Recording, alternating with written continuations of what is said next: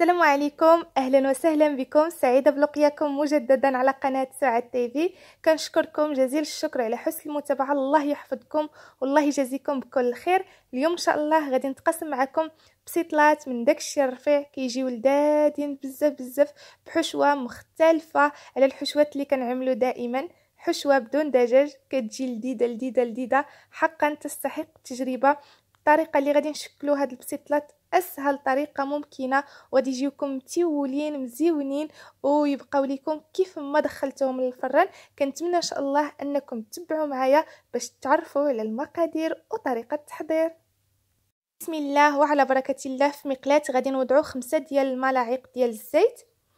بالنسبه للزيت نباتي، اذا عزيز عليكم زيت البلديه في الحشوات ممكن تعملوها. وغادي نوضع 3 ديال الحبات ديال البصل اللي عندي مشلضين رقاق رقاق بهذا الشكل. كل ما كانوا رقاق يكون احسن. غادي نشحروهم على نار متوسطه. ثم غادي نضيف 250 غرام ديال اللحم المفروم.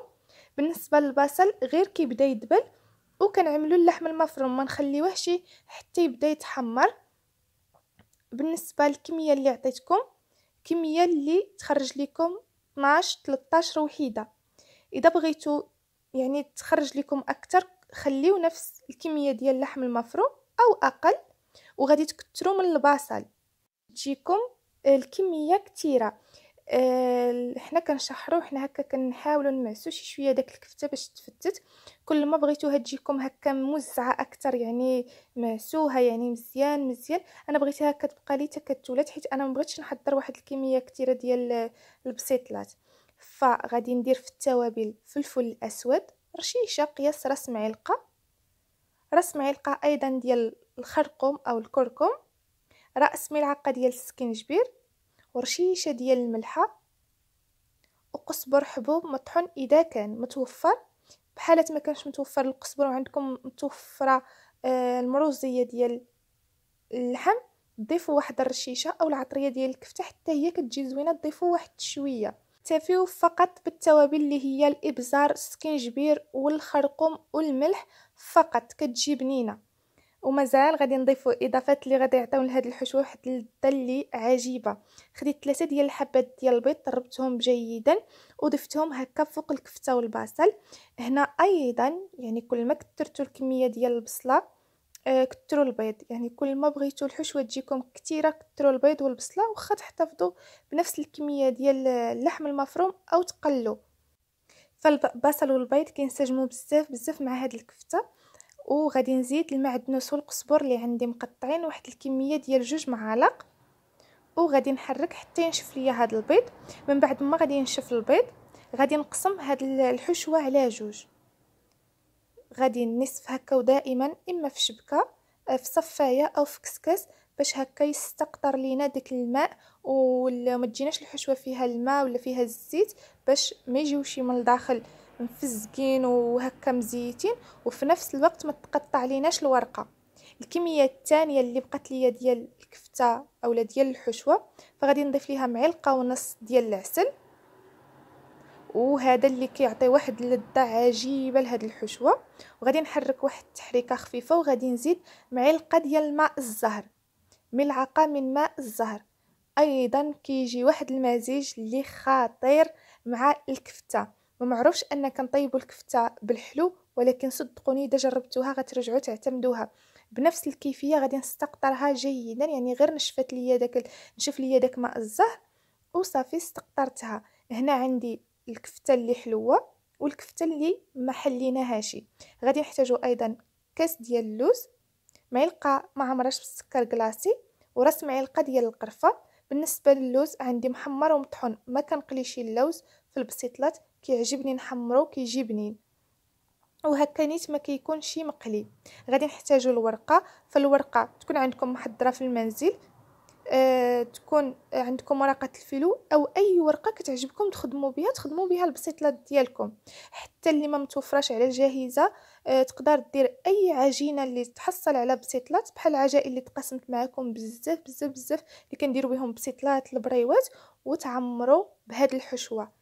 غادي يجيوكم خطيرين. هاد الحشوه خطيره خطيره زوينه بزاف. فالورقه غادي نحتاج بالنسبه للكميه اللي عملت انا بالضبط ديال الحشوه غادي نحتاج معها ان شاء الله رابعه ديال الورقه، ورابعه ديال الورقه فيها 4 ديال الورقات. يعني اللي عائله صغيره او لا بغاو كميه صغيره من البسيطلات او ديال البريوات فما ديروش ما تجيبوش اكثر من 4 كيلو. 4 كيلو ديال الورقه كافياكم. هذه ورقه كبيره اذا كانت يعني شي حد اللي كيخدمها صغيره 4 كيلو غادي يجيكم بزاف ديال الوريقات. فغادي ناخذ الورقه وغادي نطلق الورقه الاولى وغادي نطلق عليها الورقه الثانيه. انا نخدم معاكم جوج يعني وحده على وحده، وهذا هو السر باش تحضروا هاد البسيطلات بواحد السرعه.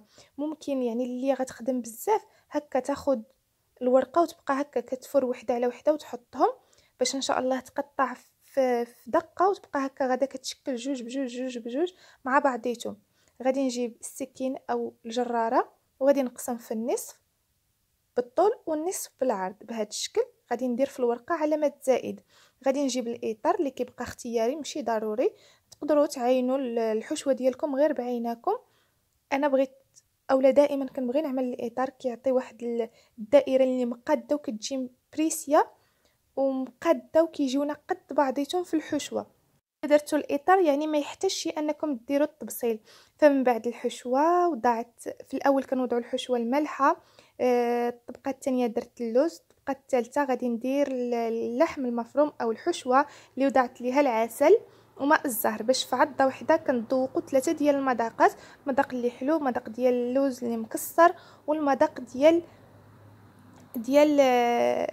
الحشوه اللي درنا ليها الماء الزهر والعسل. كتجي يعني واحد الحشوه رائعه جدا. وبالخصوص فاش كنقسموا الحشوه يعني وحده كنسموها وحده لا باش ما كتجيناش البسيطله ديالنا من داخل كلها نفس المذاق، كتجي هكا يعني داك المزيج وداك المزيج اللي كينسجم مع بعضه. بنفس الكيفيه غادي نوضع الطبقه الاولى الحشوه اللي مالحه، كنقد باليد ديالي معلقه ديال اللوز، معلقه من الحشوه الحلوه. دابا نتوما راه عارفين الحشوه الحلوه هي اللي فيها العسل وماء الزهر، الحشوه المالحه هي اللي ما ضفنا لهاش العسل وماء الزهر. غادي نضغط جيدا بالايادي ديالي وكنضغطوا على الحشوه ما نضغطوش على الاطار. اذا ضغطنا على الاطار غادي تقطع لينا الورقه هكا غير من الوسط. واذا عندكم داك اللعيبه اللي كتضغطوا بها باش كتقدوا الحرشه ضغطوا بها باش هكا يعني تضغط لكم مزيان الحشوه وما تضغطوش على الجانب ديال الاطار. الطبقه الرابعه غادي نزيدوا اللوز. فالاولى ما ضفت ليهاش اللوز، مازال غادي ندير ليها واحد الاضافه اللي زوينه. غادي نبقى غدا بنفس الطريقه.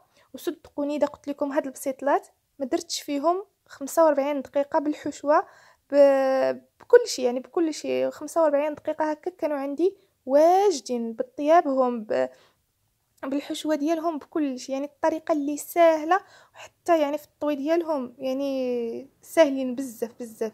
عاد اللي حضرهم بلا تصوير وما يكونوش تحضيرات التصوير فمتاكده يعني غتحضرهم في واحد الوقت قياسي. واحد الملاحظه مهمه هي الحشوه ضروري تبرد عاد تعمروا بها. من بعد هكا ما عملت 4 ديال الوحيدات في دقه غادي نشكلوهم.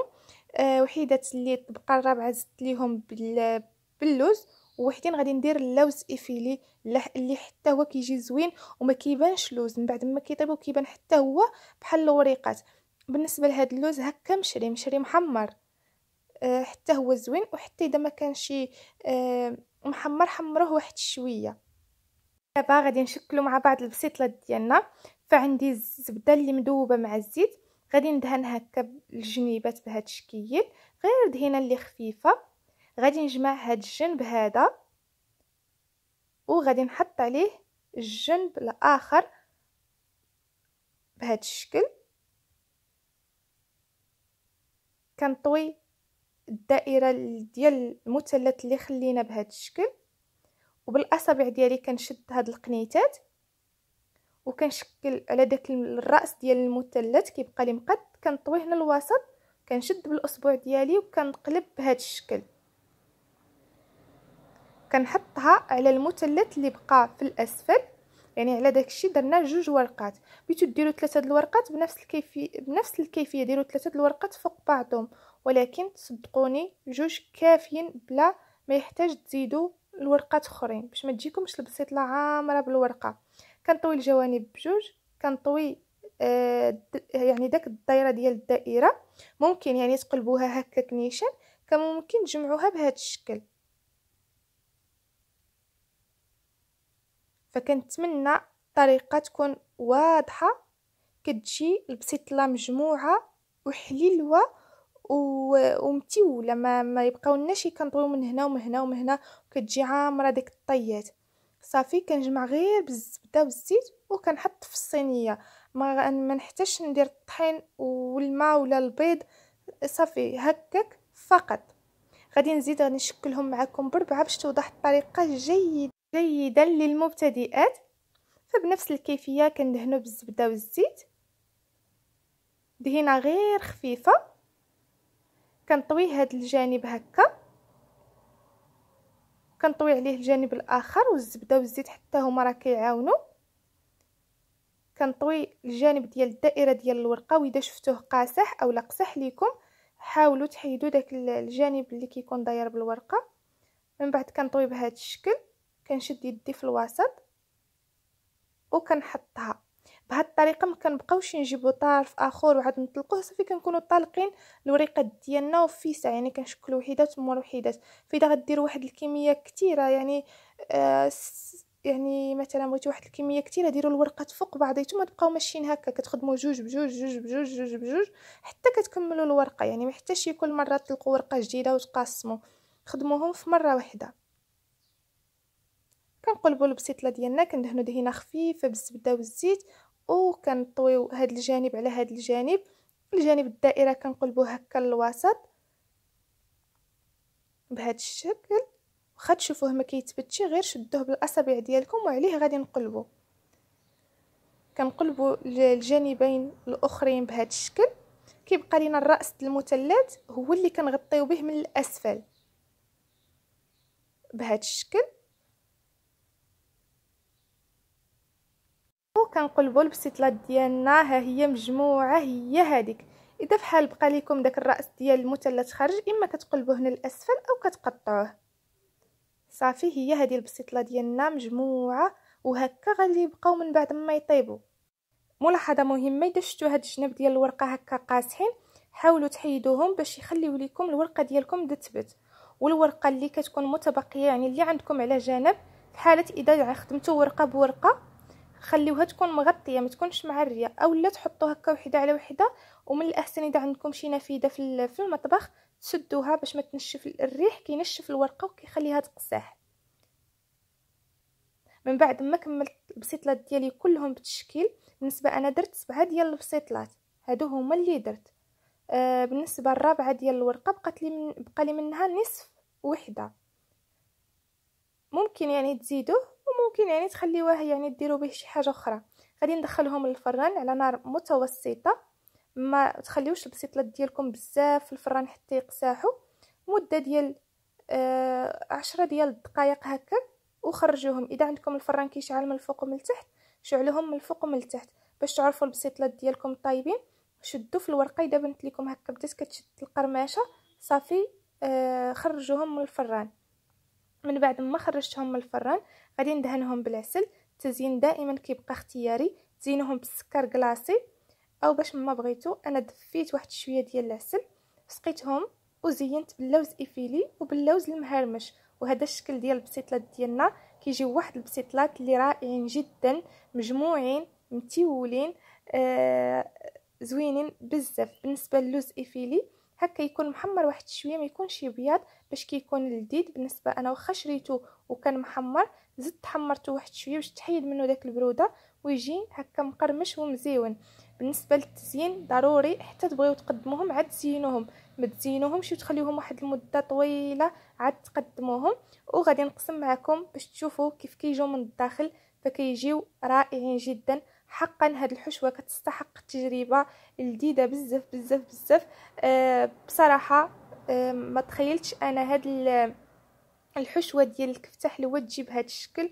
وشكرا للاخت ديالي اللي تقسمت معايا الوصفه، يعني وصفه اللي رائعه جدا، شجعتني باش نعملها. وكنتمنى حتى نتوما تجربوها، فعلا غادي تعجبكم بزاف بزاف بزاف. كتجي من ألذ واروع ما يكون. فالبسيطلات ديالنا من داخل كيجيو بهذا الشكل، كيجيو معلكين زوينين. ما تشبعوش منهم ان شاء الله، غادي يعجبوا من صغيركم حتى لكبيركم. كنتمنى نكون خفيفه ظريفه على قلبكم، اقتراح اليوم يكون نال الاعجاب ديالكم. كنتمنى لكم دائما وابدا كل ما هو جميل، دوام الصحه والعافيه ليكم ولحبابكم والكل عزيز وغالي على قلبكم. تهلاو لي فراسكم، استودعكم الله، دمتم في رعايه الرحمن.